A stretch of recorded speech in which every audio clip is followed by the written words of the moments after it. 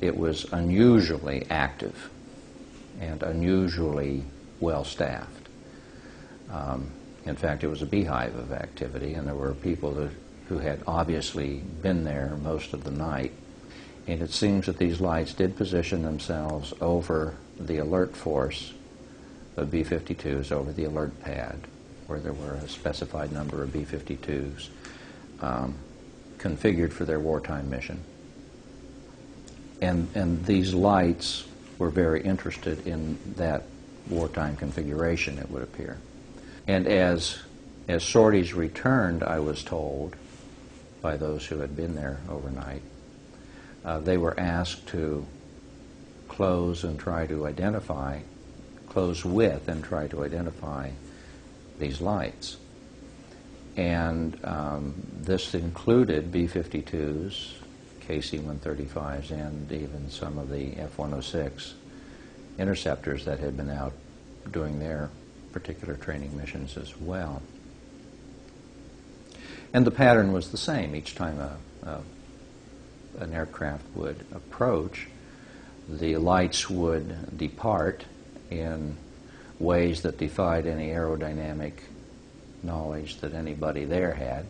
Just rapid accelerations, rapid changes in direction, including vertical, and just doing things that something that is flying by the rules of aerodynamics that we understand would not have been at all possible.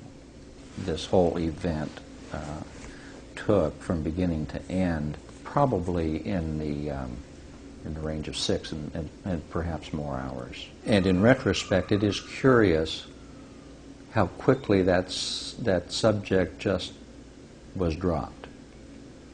It just wasn't discussed.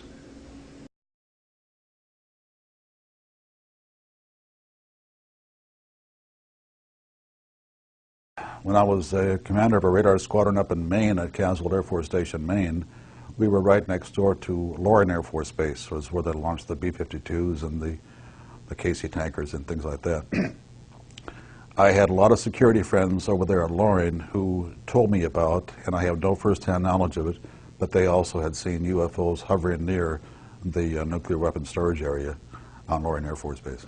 And a lot of my technicians that worked for me as a communication electronics officer, they would tell stories about things going across the radar screens at fantastic speeds. You know, they were not, nothing could go that fast.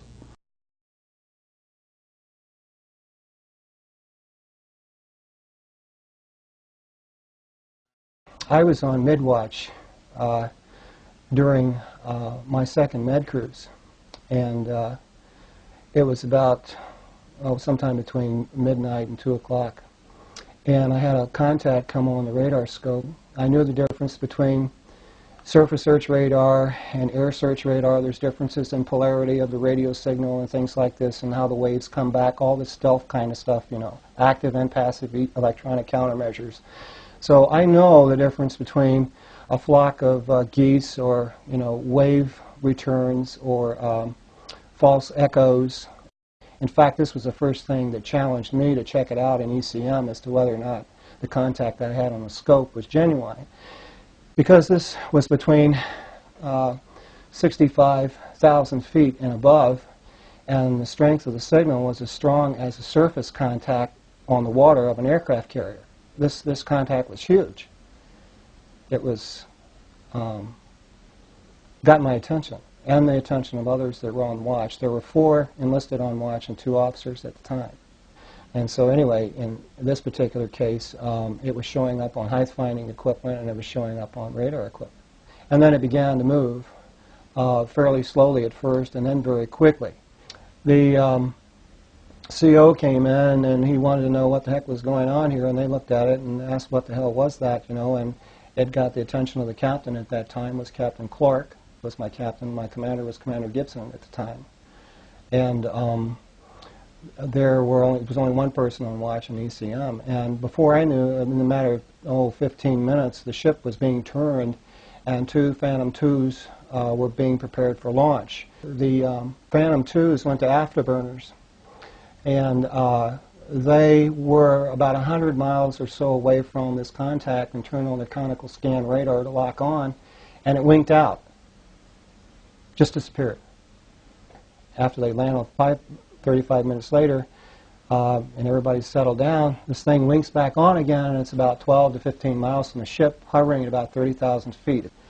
And in any event, they went out, and the lookouts couldn't see anything. Nobody could see anything. But it was there on our radar scope. It was not a false signal. Now, my SEAL told me, Jordan, this, what have you got in your log? This never happened. And I wasn't the only one there on watch that night. So anybody who was there at that time knows what I'm talking about and knows that it's the truth. But less than a dozen people knew what went on that night, and that ship had 5,000 men on it.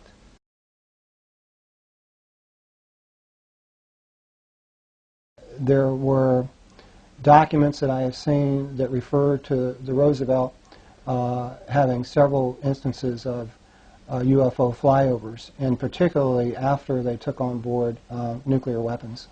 And I was on board when they did take those on for the first time.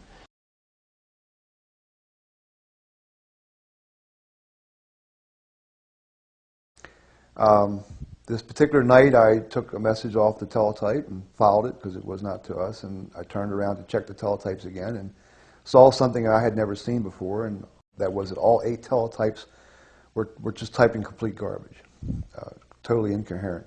So I immediately called the facilities control on the intercom to inform them that my broadcasts were out, and they informed me that they were busy because all communications had just gone out, ship-wide. The propulsion system still worked. We could maintain the speed and course, and we could steer, but from all the stories that I heard, anything that was electronic in nature ceased to operate.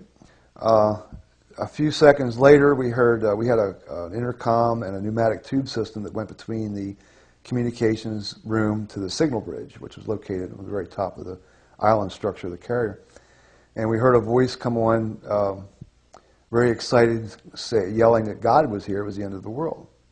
And we looked at each other and thought, well, that's strange. What's going on there? Another few seconds went by, and another voice came on, more controlled. This person said that there's something over the ship, is what he said. There's something over the ship. Well, I looked at a friend of mine, a shipmate, and he looked at me, and we decided to go have a look. We observed a large glowing sphere over the island structure of the ship, over the ship. It was hard to decide what size this thing was because there was no perspective. It was late in the evening. The sun had gone down. It was twilight, but it looked huge. I would say anywhere from 300 or 400 feet to a quarter of a mile, depending on how high it was. It glowed in a pulsating manner between a yellowish and an orangish color. I couldn't see any details other than a glowing spherical object. Unfortunately, I only got to observe this object for less than 30 seconds because by the time we got out there and started looking at it, general quarters went off on the ship, battle stations, and we had to go back to our watch station, which was our battle stations. A few days later, the commanding officer and the executive officer came on the closed-circuit television system that we had on board. It was the only way they could address a crew of 5,000. He looked at the camera, and I'll never forget this. He looked at the camera and he said, "I would like to remind the crew that certain events that take place on board a major naval combatant vessel are considered classified and should not be discussed with anyone without any to know." Some men arrived on the ship when we returned to Norfolk to interview some people in suits. Lord knows where they came from, what agency they were from. I'm convinced that there's something to it. I'm convinced that the government, somebody in the government knows a lot more than we know. Merle Shane McDowell worked for the United States Navy in 1981 and had a top-secret SCI, Special Compartmented Intelligence clearance with zebra stripes. What this means is that he was one of a few people cleared to be in the command center at the Atlantic Command Facility near Norfolk, Virginia, during very critical events, including thermonuclear war.